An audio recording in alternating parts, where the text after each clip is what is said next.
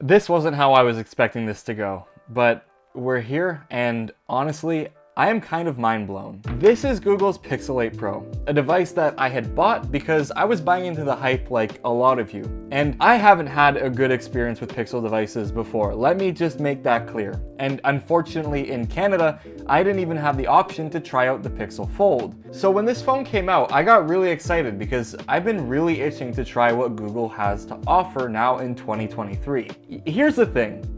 I'm going to be making like a full review about this phone, but I guess I wanted to just kind of go over how it's been with the last, 48 to 72 hours with this device, because honestly, it's incredible. But I don't want to just like put it on a pedestal, because at the same time, this is definitely not for everyone, and I'll get into that. Anyways, before we do, a like and a sub to the channel is always appreciated. I really just can't thank you all so much for the support. It means the absolute world, and we're getting very close to 30,000 subscribers, which is my goal before Christmas, and if that happens, it would be wicked. So anyways, Google's Pixel 8 Pro is a device that I've been using for the last few days now. I got it on launch day, and I paid full price for it. Full disclosure, I am not someone that was sent this phone for free. So for that 1,600 Canadian dollars for this 256 gig variant, is it worth it? Well, let me just dive in and tell you some things that I really like about this phone and what has immediately made it my daily driver. Yeah, it's my daily driver. I switched to this phone. Firstly, I just really can't talk about a Pixel device without talking about the cameras. This 50 megapixel main sensor and this 48 megapixel telephoto are honestly, it blows my mind. Over this weekend, I went to Blue Mountain with my wife, and the images that I was able to get out of this thing are some of my favorite images that I've ever taken on a smartphone. It's funny because I actually talked about how the 15 Pro Max was probably the best smartphone camera that you can buy, and it blew me away. Well, every image that I took on the Pixel 8 Pro versus the 15 Pro Max while I was on my little trip, I couldn't help but love what the Pixel was putting out more. Something about the colors and how sharp the images were and how much less noise there was in some of the nighttime environments. The cameras did a fantastic job, and genuinely, I can't believe that these are some of the shots that are coming out of this device. Another thing that I was impressed by is the video. The video capabilities of this Pixel 8 Pro have been pretty damn good, and I would actually say that they're on par with, or in some cases better, or in some cases actually worse than the 15 Pro Max, because there's only really one drawback to this camera. So for instance, you don't get any like ProRes recording or anything like that, which is totally fine. I don't care about that codec, but there is one thing about this camera that kind of sucks when it comes to video, and that there's this auto lightening face feature. I don't know why this happens, but if you're in a darker environment, it essentially just puts a lot more light on your face, and it can look really unnatural. Now, thankfully, I'm white, so when this effect happens, it doesn't look too weird, but if you're someone with a darker skin color, recording video on this phone, if you're planning on using it as like a vlog camera, honestly might not be your best option. And as weird as that sounds, I just want to be transparent with it. But the images, like the 5x telephoto, even the 1x sensor, I really don't have anything to complain about. I love the colors coming out of this camera. I love how just sharp and clean these images are. And the depth of field, honestly, like in some shots, it looks incredible. Obviously, there's a really big focus on AI this year. And I mean, Google's been focusing on AI for quite a little while now, but especially on the Pixel 8 Pro, it seems like they really want you to get your shots and fix them up after you take them. And now, I just want to say, don't let that dismiss what this camera is actually capable of. Just because there's a ton of AI and creativity features on this device that kind of let you elevate your shot a little bit, don't let it ruin what this phone's actually capable of, because there's a lot to this device, and I will go over some of those AI features in my full review about this phone, but just, you're going to be happy with the camera system. It is genuinely something that has blown me away. Another thing that I really do like about this device is the size, and it's a pretty big phone for the Pixel 8 Pro, but what makes it extremely comfortable is how rounded this device is. It's like, everywhere I put my hand, it's just soft and curved, and it fits really nice. Whether it's the actual edges of the phone, or it's the actual like depth of the phone being rounded, everywhere has a curve, and there's nothing sharp, there's nothing pointy. It's just very nice to hold, and it just doesn't feel like a lot of smartphones that are out there on the market. And actually, thankfully, due to this phone being matte now, it picks up less fingerprints, it feels a lot better in the hand, and overall just feels like a better and more premium finished product. It's kind of crazy because when I picked up the Pixel 7 Pro for MSRP, I felt like the phone was honestly a lot cheaper than the competition.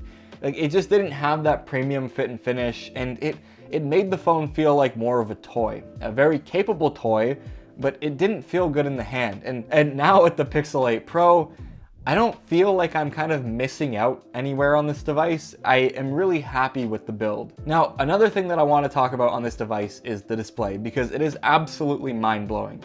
It's 2400 nits peak brightness, 490 ppi, has really great colors. It is a nice flat edge display now with slight curves just to kind of like blend into the body of the phone.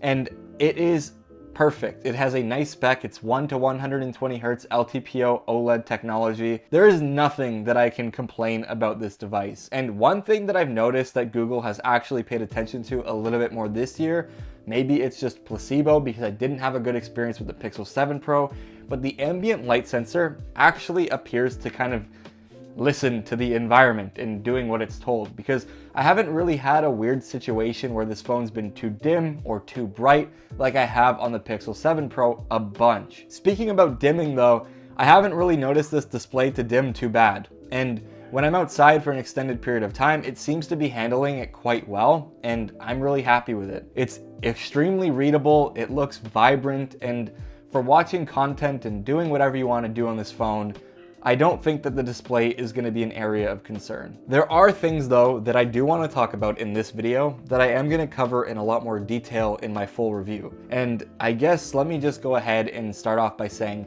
the Tensor G3 is not a powerful chip. It is powerful in the sense that it has a lot of AI features and it's a very capable SoC when it comes to doing what a smartphone should.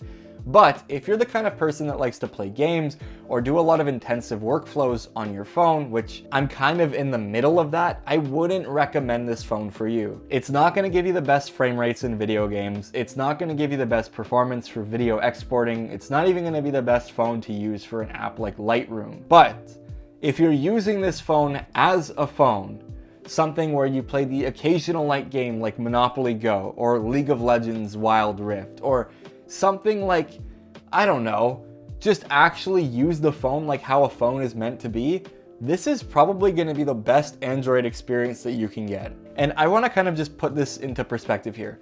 There is always going to be a phone that can do something better. And I think that's the case with this device as well. It doesn't have the best battery life. It doesn't have the best performance. It may not have the best camera depending on who you are. In general, it just may not be the phone for you. But if you take everything at face value with all of the AI features that are implemented in the Google Pixel 8 Pro and how it's meant to be a consumer-driven smartphone where there genuinely are features that are invaluable to me. Things like the call screening are something that I've been using every day now. And the AI with like the magic eraser with generative fill and the magic editor are things that I play around with a lot because they're really fun and can bring a lot of creativity to the images that I've taken. There are so many things about this device that I haven't even played around with yet because it's been such a short amount of time and there's just way too much to talk about, which is why I wanted to make this little update video to kind of just give you my initial thoughts. And before I forget, there is something that I do want to talk about, and that's the battery. It's not going to be the best on any smartphone by any means, but one thing that I was concerned about was that it just wouldn't be enough. And I shit you not, I've had a fantastic time with this battery life. I went to Blue Mountain, like I said. I actually woke up at 6 in the morning, used my phone pretty much continuously all day for taking photos and videos, and that was on 5G the whole time, by the way. I came home at about 11 o'clock and was still at 35% battery. That was an entire day. Now, granted, I did only have about 4 hours of screen on time, but 4 hours of screen on time from 6 a.m. to almost 12 o'clock with the amount of images and things that I've done on this device, it lasted me a long time and I was really happy with it. So before I go, I just want to say that I do have to talk about this phone in a different light. And I think when I review this device, I have to actually share the things that make this phone a Pixel. And it's not just a conventional smartphone. There's going to be a lot to it that is not something that I'm used to when talking about reviewing a smartphone, because this isn't just oh, I play games on this thing at 60 frames per second and Genshin Impact this and that. This is a phone that I'm gonna have to spend a lot of time with and really give you a real verdict. So thank you all so much for watching this video. If you enjoyed it, leave a like down below, subscribe for more content, and I'll see you all in the next one. Peace out.